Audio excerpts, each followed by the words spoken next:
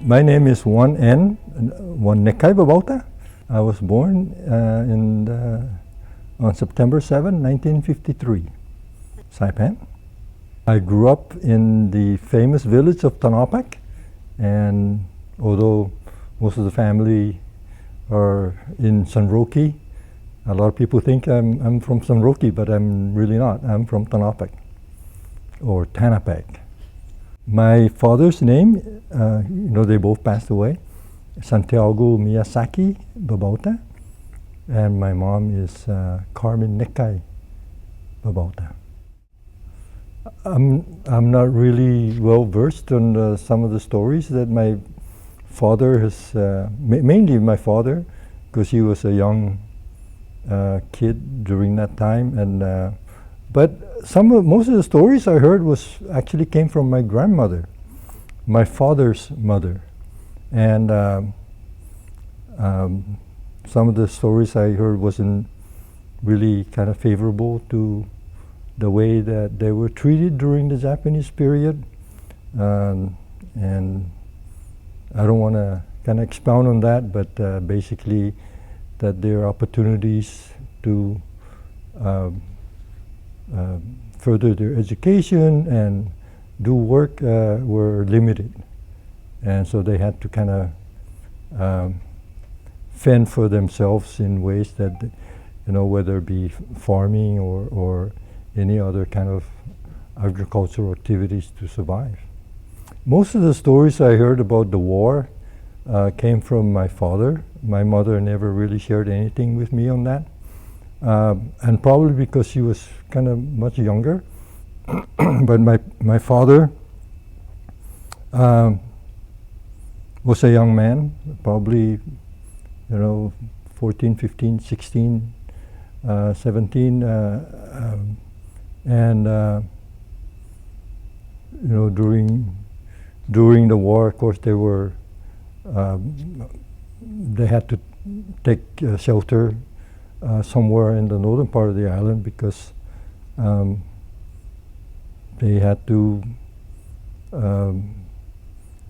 stay away from the bombardments that were happening. And during the war, they were hiding in caves, and they were hungry. There was no food. They were scared, terrified, in fact. And my father was talking about how they had to sneak out and look for food, whether it be coconut or crab, or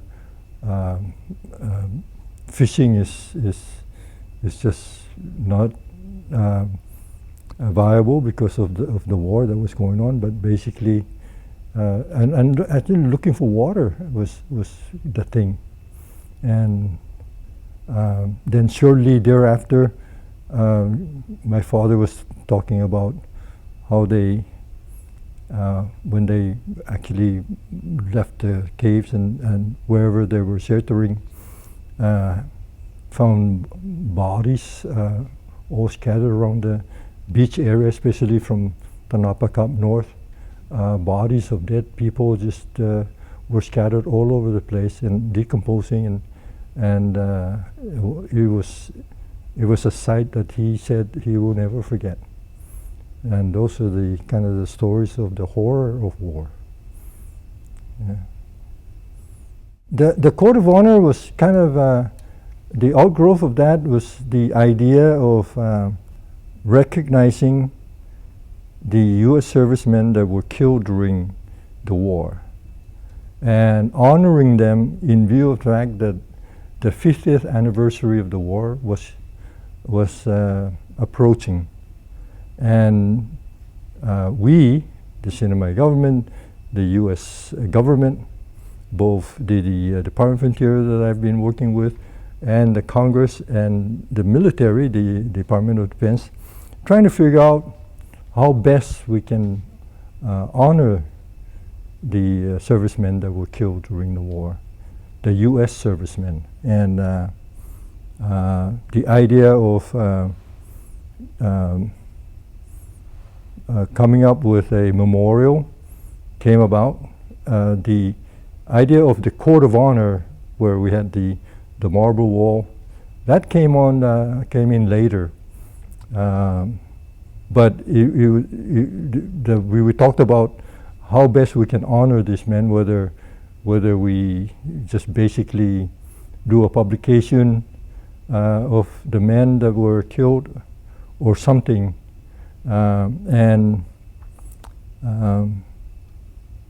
But we had a problem then, because nobody, even in the federal government, whether it be the Department of Defense, the Interior, or the Library of Congress, nobody has the names. And so we were kind of caught in a quandary, honoring the men, the soldiers that were killed, and we don't even have the names of these soldiers. And so we, the Office of the Resident Representative, and at that time I was the resident representative, and we communicated in writing to the Department of Defense, the White House, the Department of the Navy, Army, and nobody had the names. This absolutely, they just don't have the names. And you know, we had to do something. And so I assigned a couple of my staff. The initial staff person that started working on this, on the research, was Alex Falik from Tanapak, and then later on Remedio Magofnia rather, and it was Alex Falik that started the initial work of researching the names. And so we focused on the soldiers that were killed. And these were soldiers that came from the Army 27th Infantry Division and the 2nd and 4th Marine Division. And then later on we found out that there were also separate listings of men from the regular Navy and Army Marine Corps service men that were also killed. They were not necessarily associated with either the 2nd or the 4th Marine Division or the 27th Infantry. And so with Alex and Remedio Magofnia working on these names, it took them 3 years, over 3 years, to actually research the names. These two staff, plus later on I assigned additional staff. Maybe I probably had 5 or 6 staff working on the names. And they combed through documents focusing on these 3 areas: the 27th Infantry Division, Army, the 2nd and 4th Marine Division, and the Navy in general, and the Marine Corps. They combed through documents, thousands of documents, at the Navy Annex, the Washington National Record Center, the Marine Corps Historical Center, and the Naval Historical Center. And it took us 3 years to come up with the names. And it wasn't easy, because a lot of the names were either transposed or misspelled, or just, we just saw last names, no first names, sometimes no last names, only first names. So we were in a quandary about the accuracy of the information that we were getting.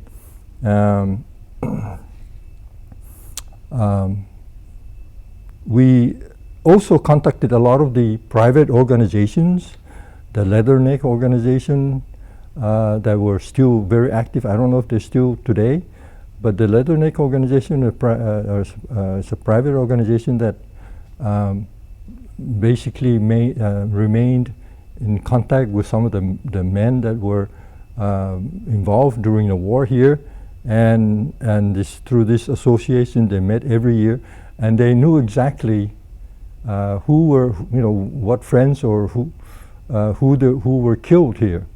And when we finally came up with the names, there was at least 3,000 to 4,000 names that we came up with. And so we published a booklet with these names. And we were concerned about, as I mentioned earlier, the accuracy. So we actually sent this booklet out to these private organizations, associations that were still in existence for review. And a lot of them actually looked at the document and they came up with some feedback. They even corrected some of the names because the records did not reflect that came from the Navy Annex, the Washington National Record, and even we come through documents at the Library of Congress, and the Library of Congress just basically did not have any records. The names were actually mostly came from the Washington National Record Center. The Marine Corps Historical Center were the ones that really had these documents in boxes, and they were just thrown together without any order of sort, and so we had to kind of make sense of put them in order of these categories of the Army, 27th and Infantry and the 4th and 5th Marine. So the first booklet that we actually published 2 booklets, but the first one we sent copies to the Pentagon. We sent copies to the Department of Veterans Affairs. We sent the copies to the Secretaries of the Army, Navy, and members of Congress, the Library of Congress, and basically all of the federal agencies. We did that to get some feedback from them. And unfortunately, they didn't come up with feedback correcting the names or saying that or saying that, oh, you forgot these additional names and please include them. Most of the feedback was, oh, thank you for coming up with these names because we don't have those in our library or in their archives. So we got this feedback from even the White House. The President wrote to us about the booklet, the Secretaries of Defense, the Department of Veterans Affairs. And so we were elated that we were the ones who came up with the names. And the only way that we can legitimize the names is to share this booklet with the federal government as a whole. And that's what we did. And I would say that the most meaningful, productive feedback that we had was from these private associations that were still in existence throughout the country. They came back with names like you won't believe, very specific. And so we had to do a second publication, and the second publication was done maybe about 6 months or a year later, and tried to make that a final publication. But even that, there was still an organization that came back with saying that the some unit were left out, and so we had to kind of do that as an addendum to the second publication. And we felt that was, when we got that feedback, was when we felt that the listing was essentially complete.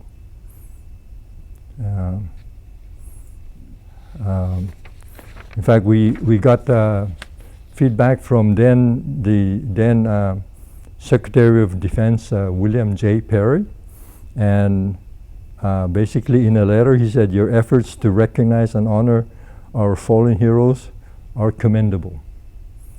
The ones that we sent to the Department of Interior, they kept, and they kept it quietly, and said, oh, we like the idea of a code of honor, and we'll erect a wall and we'll fund it, and and gave the project to the American Memorial Park, and the names were inscribed, and we had the Court of Honor.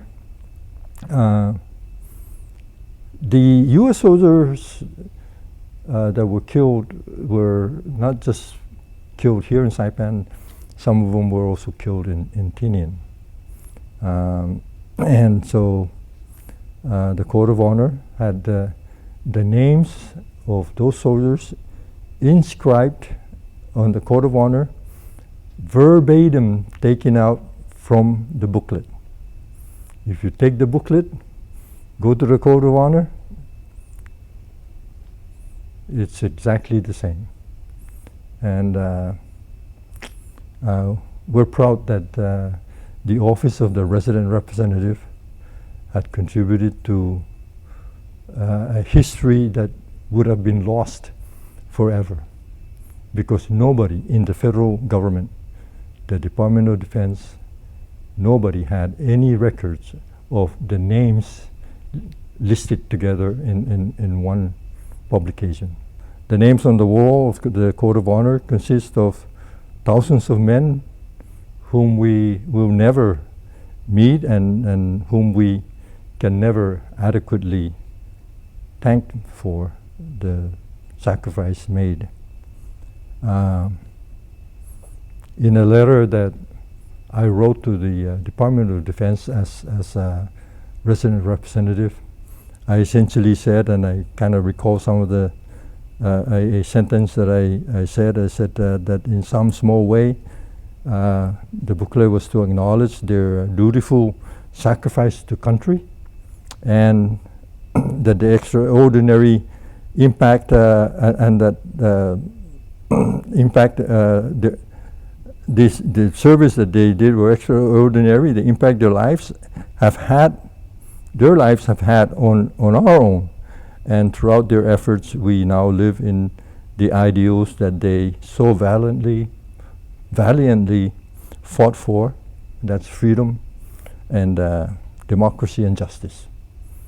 So I'm very grateful for the soldiers, and I salute them. It has really become the park, and I remember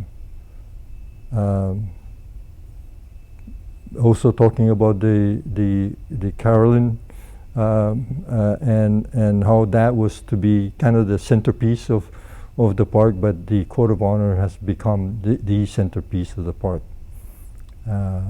When you have 3,000 to 4,000 names in one place, it commands your attention, and we have that. It was a challenge coming up with the names, as I've indicated, but I appreciate working with those private associations, organizations. They really went out of their way to help us out with the names. Otherwise, if we had to rely on the Department of Defense or any of the federal agencies, we got nothing from them. I'm kind of surprised that that was the case, because they have all the resources to have somebody do the research, but it was just never done. But we did it. It is important because, as Lino Olopai would always say, you have to learn from your past to move forward, and you really have to appreciate where you came from. It's that simple, and I wish that more studies are encouraged, either at the elementary or secondary level, or even at NMC, in the studies of our local history, and especially starting with the World War II, and on up, leading up to the time we negotiated the the covenant in political union with the United States, because these were very critical, important periods that every student should have some basic understanding. And I see a lot of that lacking right now. And I wish that the school system, the public school system, the NMC would put a little bit more emphasis and focus in the local history. And I found that out to be the case, the lack of interest, because I taught at NMC for 2 or 3 years, and through my own observation, I found that to be true. That the lack of interest in the local history, and I even shared some of those concerns to the administrators at NMC, and hopefully they'll do something. I know that I'm also supposed to talk about the Marine Scouts. I asked for forgiveness in wanting to reschedule that, because there's a lot of stories to be told, and I want to make sure that my information is done so chronologically so that it is easily understood. We went through a lot of efforts to have the Marine Scouts recognized. Probably 2 or 3 times more difficult than what we went through in coming up with the names for the Court of Honor. And so there's a very good story to be told about the Marine Scouts. And there was a long history about recognizing these men. Starting from when I came in as a senator in the legislature, there were efforts to recognize these men that were recruited by the 2nd Marine Division, and all of the efforts have been kind of small and did not produce any kind of success. Juan N Babauta was involved, even the late delegate from Guam, General Bloss, was involved. The legislature was involved. They held hearings. So it was there was never any kind of organization or process that one had to go through to have them recognized. And when we finally figured it out, we did the interviews and everything, and the document said 50 plus. It didn't say the plus, I don't know how many more. It could be just 3 or 4 more or 5. But so everybody, all the Marine Scouts were like, every time somebody says, oh, and we're doing this to recognize you, they're like, never mind. We're just tired, people have come up and the legislature has called us, and it just never materialized.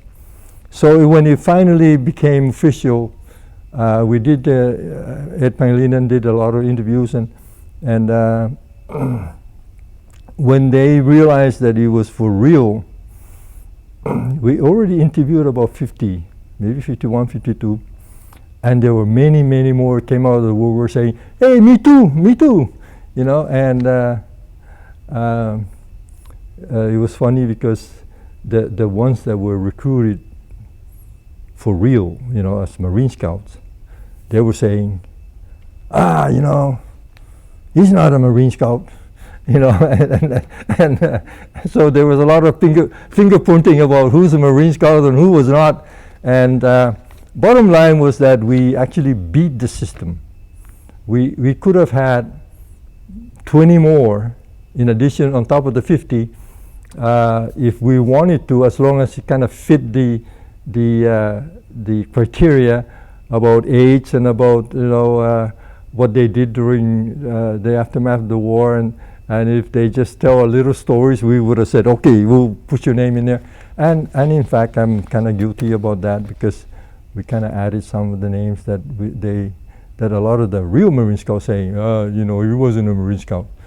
We added those names, and there was no way for the Pentagon or the Department of Defense or anybody that could have verified that these men were not recruited. There was no way. So history was made where these men had to be officially recruited, sworn in, and at the same time, almost simultaneously, discharged officially to be veterans. And one of the first Marine Scout veterans that was buried at the cemetery was none other than Gregorio Cabrera. He was the first Marine Scout, U.S. veteran that was buried, and the family was just so honored that he was, you know, he had a place to be buried with honor and with dignity. Yeah. And many more to talk about. The Marine, the general that came, as you can see in these pictures, we had the U.S. District Court federal judge go around, and we went to the hospital because one of them, Magofanya from Tanapak, was bedridden at the hospital. So we had to go to the hospital, swear them in with the general and the federal district court judge, swearing them in and discharging them at the same time. And the general from Hawaii, Parker, was telling me in the car, he says, you know, Representative Babauta, this is just extraordinary. This never happens. I've never seen this thing happen like this. And it was an experience for him. Yeah, and as you can see, they were very proud. See this picture here? This was Corporal Jose R. Kitano. And finally he was like, yeah, you know, finally, you know, and but let me, one more piece of history. We'll talk about this one. So we went through the process of recognizing, for the official recognition of this, when the Department of Defense finally agreed, and they sent a full bird colonel to my office with 2 or 3 other men, and they were like officially telling us that they've agreed that they be recognized. And so it was time for us to kind of figure out what rank we would give these men. And so the Pentagon was like, we were all seated at the table, and the guys from the Pentagon, headed by a full bird colonel, said, Representative Babauta, we decided, because the length of the service was about a year and a couple months, that when they were recruited and trained, and they helped them flush out the Japanese that were hiding caves. In fact, they were engaged in shooting at each other. The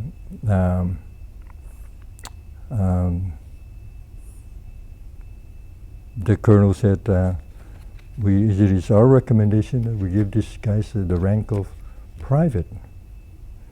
And I said, wow, no way, absolutely not. You know, after 50 years, you abandon these guys?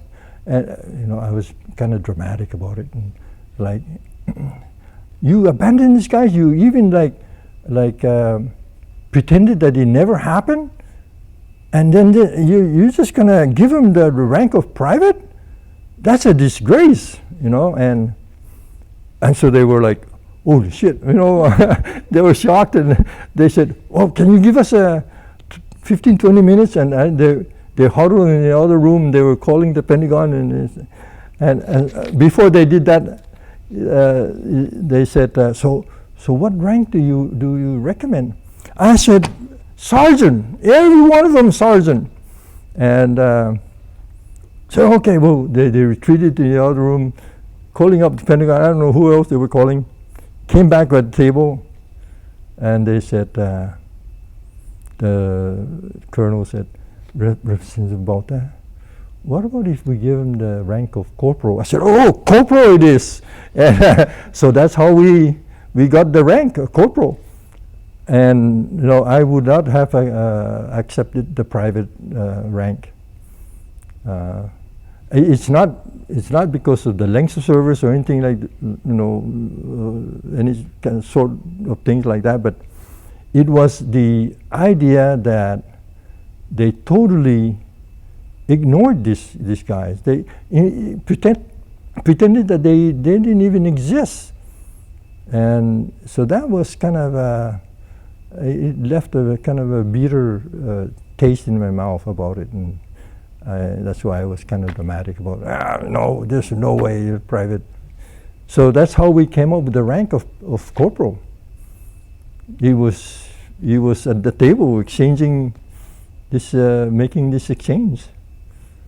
There was no rhyme or reason for it. It's just outright a dialogue back and forth. And my whole intention was, after the recognition, that I was going to go back and to the U.S. government through Congress and have these guys compensated for the work they did, the service they did. But I didn't get reelected, and I kind of just it fell by the wayside, and nobody else carried the torch on it. But I think, in my opinion, that we could still pursue the idea of these men being compensated for the service that they performed. Now that we've got them, we've got the Department of Defense recognized them and gave them the status of veterans. I mean, there's no way out. I got them by the headlock. I got them on a headlock. There's no way out. You have to compensate these guys. So that's kind of the next step. Yeah. There are many other stories we can tell, so we'll do that when we meet again.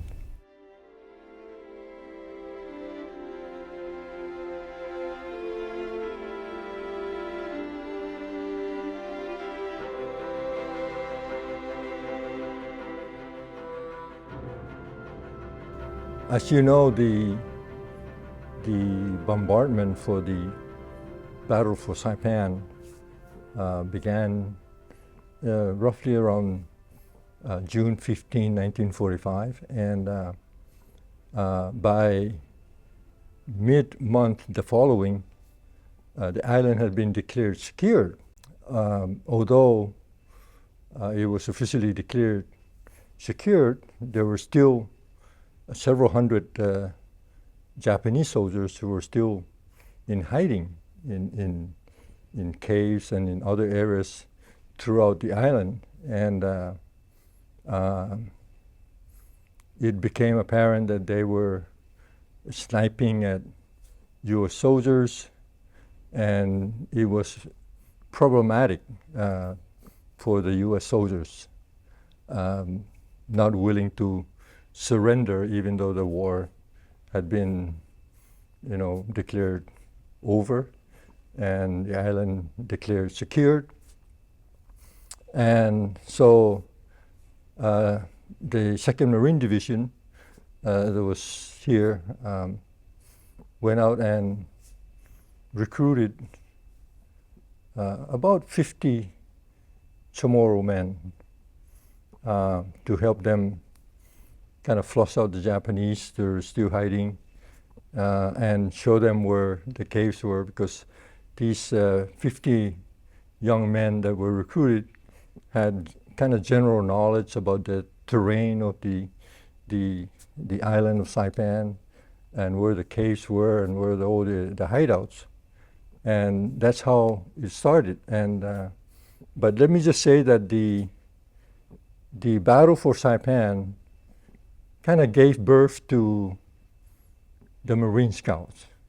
That's how the Marine Scouts came about. And so when the 2nd Marine Division recruited these men, they were issued Marine Corps uniforms. They were trained in the use of rifles and grenades and hand-to-hand combat. And a lot of these men, they thought they were being recruited to be Marine Corps military. They escorted, they helped the Marines, especially. A lot of times when they tell the stories, the 2nd Marine Division always came up, that they were associated with the 2nd Marine Division. So the Marine Scouts escorted and guided the 2nd Marine Division military men to the different hideouts where they could find these Japanese soldiers that were still in hiding. And they were recruited as native police. They were assigned to help the 8th, 11th Military Police Company, which was actually the Army, to guard prisoners as they were being taken to a location where they were kept. The U.S. military did not have records of who these men were. They were basically between 17, 18, 19 years old at the time, and they didn't know who their names were. They didn't know what their ages were, and they basically they didn't have a tally of who these men were, and they received no compensation, which is kind of sad. So when the U.S. forces in the latter part of 1945, when they left, all they said was, "Thank you and goodbye." And that was the end of the role of the Marine Scouts. So for many years thereafter, by the time they were actually actively engaged in helping the 2nd Marine Division to the time we submitted the application for recognition, there were stories about their role. We heard it at novenas, we heard it at weddings, we heard it at church, and and a lot of these men who were alive at that time would tell detailed stories about their involvement. And there were efforts by the legislature, by organizations in Saipan to recognize these men. In fact, I remember clearly the late General Ben Blas in Guam stepping in saying, "We need to recognize these men." Guy Gabaldon, who was a World War II veteran himself, was also involved in trying to get them recognized. But all of these efforts, none of them ever materialized until about 50 years later, when we went through the formal process to have them recognized. So when I was elected resident representative to Washington, D.C., I decided that it was time to do something in a formal way. And one of the things that I did was I wrote letters to the Defense Department. I wrote letters to the Department of Veterans Affairs. I wrote letters to the Air Force, the Navy, the White House, asking every one of these departments if they knew about the Marines, the role of the Marine Scouts, and if they did, would they have the names of these people? And none of them, not a single department, not a single agency of the federal government had any idea at all. In fact, they gave us no names. They were clueless. And so we kind of hit a kind of a roadblock in a way that we don't know where to start. And so I felt that this oversight on the part of the federal government was something that was bothersome. It bothered me. It bothered Edward DeLong Guerrero Pangilinan, who, as you know, was the chairman of the Marianas Political Status Commission, got us the Commonwealth status and negotiated the covenant. It also bothered him because Ed and I were both sons of two of the Marine Scouts. And so we decided that we wanted to do something about it. And having received no input at all or response from any of these agencies that we wrote to, we decided that we want to look at the documents that were about the Pacific Theater that were deposited at the military archives in Washington, D.C. And we were looking for any documents that had anything to do referencing the Marine Scouts or the Pacific Theaters, specifically Saipan, and hoping that we would find something that would say Marine Scouts or men recruited to kind of give us a lead. And so my staff and I and Mr. Pangilinan went through boxes and boxes of documents at the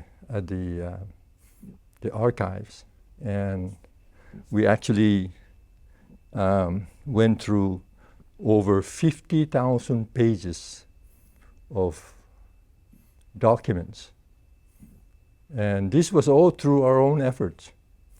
And I not only had Ed Pangilinan, I assigned 3 other staff from my office, helping Mr. Pangilinan going through all of these documents. And it took us 2 years to finally, I call it by a stroke of luck and perhaps a miracle, we found a document that had been declassified in around 1971 by the United States military that said that, if I may read this, the document, what it said on the document, it says that on 19 August 1945, 50 Chamorro men were assigned to the 6th Military Police Battalion for training and instructions on military tactics. And this one-page document we felt was the smoking gun. Since nobody else had, we asked the entire federal government for any kind of documentation or any kind of information, and nobody had anything to share with us. So this one document was a document that led us to the next step. And we decided, Ed Pangilinan and I decided that we want to research various federal laws specifically laws that would authorize the involvement or the role of civilians in military activities or helping military men in their during time of war or whatever the case may be, and use that as a way for us to kind of in a sense follow to help us to see where we can get go to the next step for recognition. And we also found that and follow some guidelines from the GI Bill Improvement Act of 1977 and from the Department of Defense Directive, which is the Civilian/Military Service Review Board. And this board, it was responsible for responding to applications for recognition of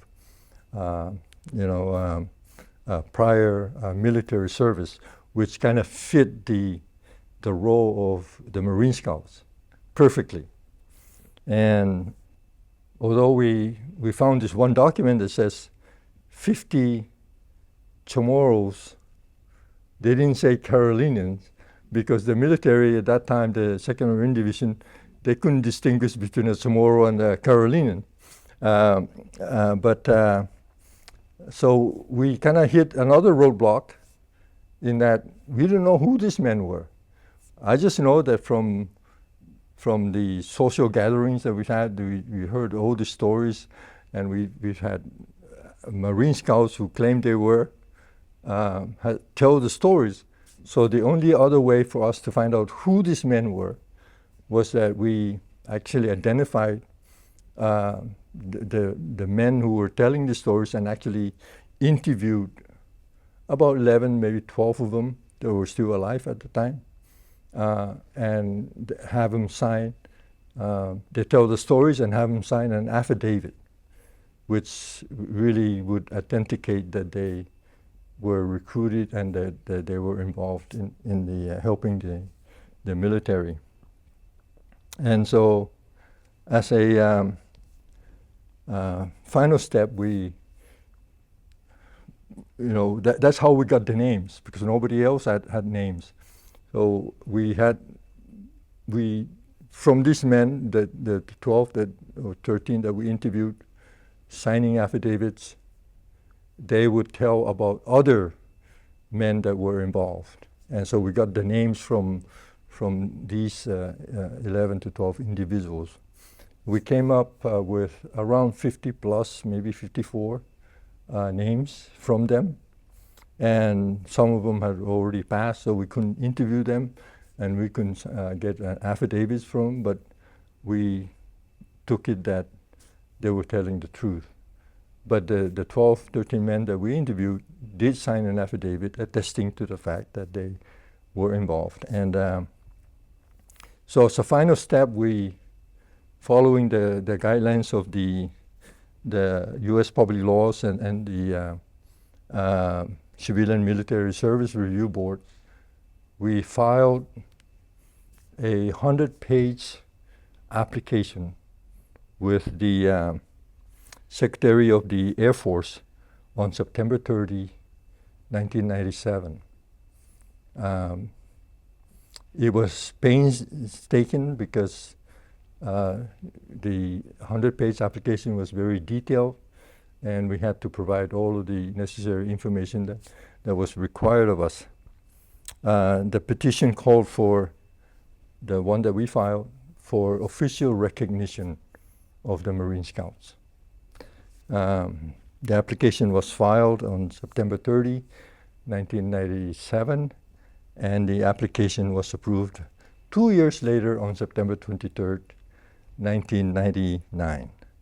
And then on January 31, 2000, we had an official ceremony that was held in Saipan, where the 50 men were inducted and honorably discharged and they became officially United States Marines veterans,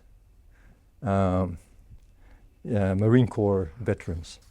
And so that was the story of how these men were recruited and how we didn't know who they were, and then how they were recognized eventually, and they became officially United States Marine Corps veterans. It was a very interesting exchange between my office and the Department of Defense, because they had assigned a full-bird colonel, came to our office, and we were going through the application, notifying us that it had been approved and all that, and that the military, this full-bird colonel said that they were going to give the Marine Scouts the rank of private. And of course I was upset. I pounded the table and I said, hell no. You know, after all these years, 50 years, you abandoned them. You don't know who they were. You did not compensate them. And then 50 years later, you're going to give them the rank of private? No way.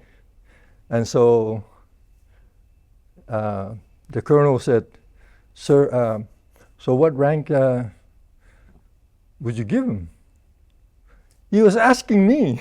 And I said, well, you know, give him the rank of sergeant. And so they were like retreated to the other room. They had a 5-minute, 10-minute meeting just themselves. They came back and they said, well, sir, what if we give him the rank of corporal? I said, okay, corporal it is. And that's how they got the rank of corporal. You know, it's only fair, in my opinion, that they give them some kind of a higher rank other than private, because of the way that they were treated. They just simply said goodbye to them, and that was the end. And they never heard from the military for the next 50 years. So that's how they got the rank of corporal. Well, the personal connection was actually that Mr. Ed Pangalinan's father was a Marine Scout. My dad was a Marine Scout, and we heard from them. We also heard from other Marine Scouts tell their own versions of the stories, of their own stories, and they collaborated. The stories were all collaborated. One Marine Scouts would tell the story about how they were at this one particular cave, and they were shot at by a Japanese soldier that was still in hiding, and they had to shoot back, and to defend themselves, even though with great effort to kind of tell the Japanese that were still in hiding that the war was over, that please come out peacefully. We're not gonna kill you or anything like that, and in effect to surrender.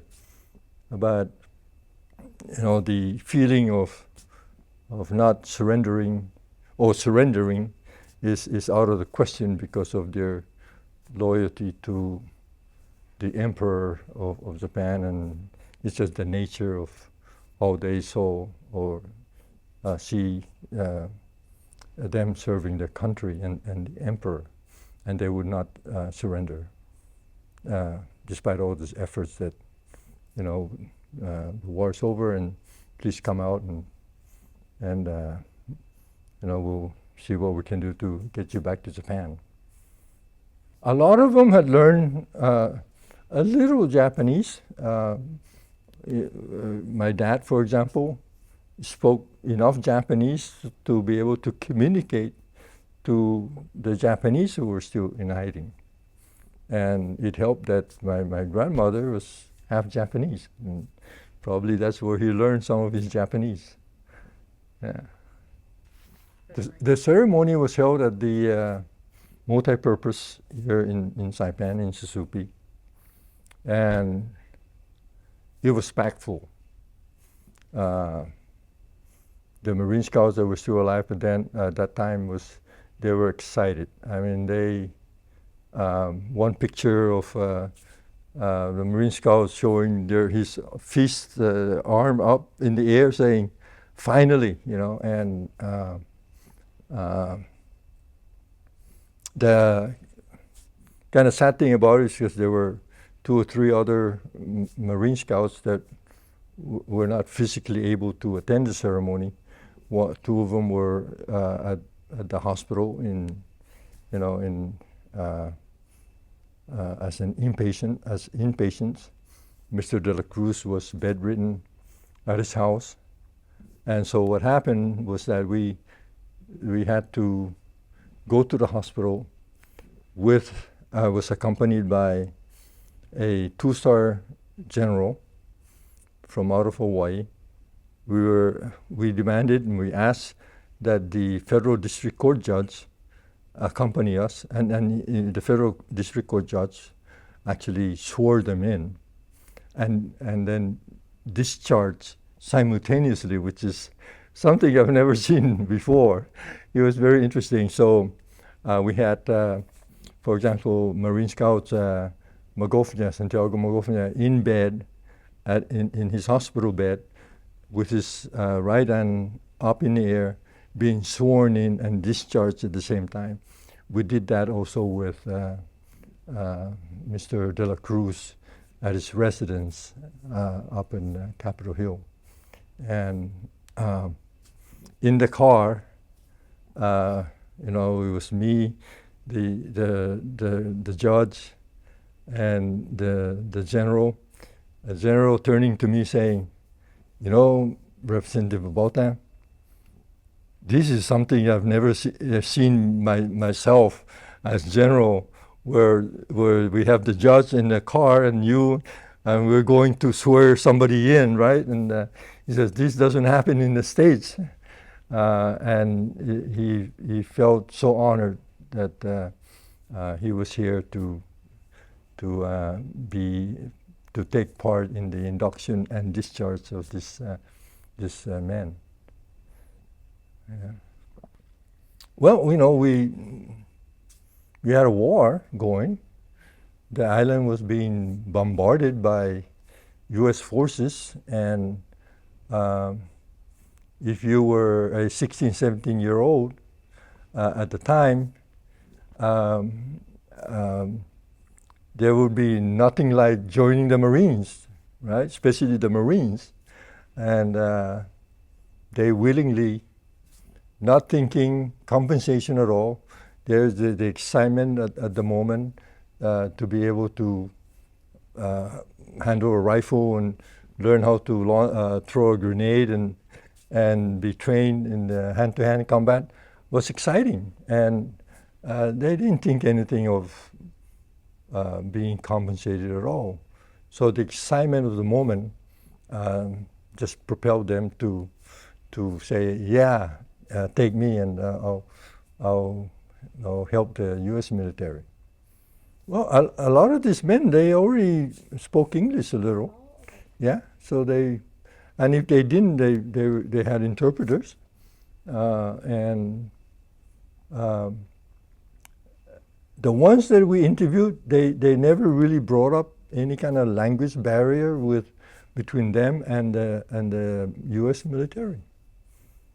They understood what they were being asked to do, and off they went. My father told me of how he went up north to the Northern Islands. He went to, and several other Marine Scouts, to Mauk, to Hagen, to Agrigan, and there were still a number of Japanese soldiers that were still in hiding in those islands, and I never really questioned how they at that age, how they knew where the hiding places were on these northern islands. But they knew in general, some of the hiding places here in Saipan. Right now, as we speak, there's a kind of a private group that, through the effort of also the Saipan Municipal Council, and the governor probably would be getting involved in this soon, where we would like to honor these Marine Scouts, and they are officially veterans of the United States military. They're no different now from the 3,000 plus men that whose names are memorialized at the Court of Honor. And so we would like to have them also be honored and recognized in the same way that we recognize the U.S. Military men that were killed here. And one of the things that we wanted to ask the National Park Service is if we can dedicate a portion of the property here for a memorial for these men.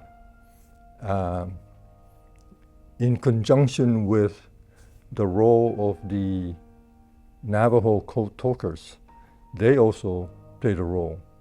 And when I was the representative in Washington, I had the opportunity to go to Window Rock in Arizona, where I had a meeting with about 50 plus of these men. I don't know, 50 seems to be kind of the magic number at the time, but 50 of them I met in a ceremony. I thanked them for their role in the war, and they actually performed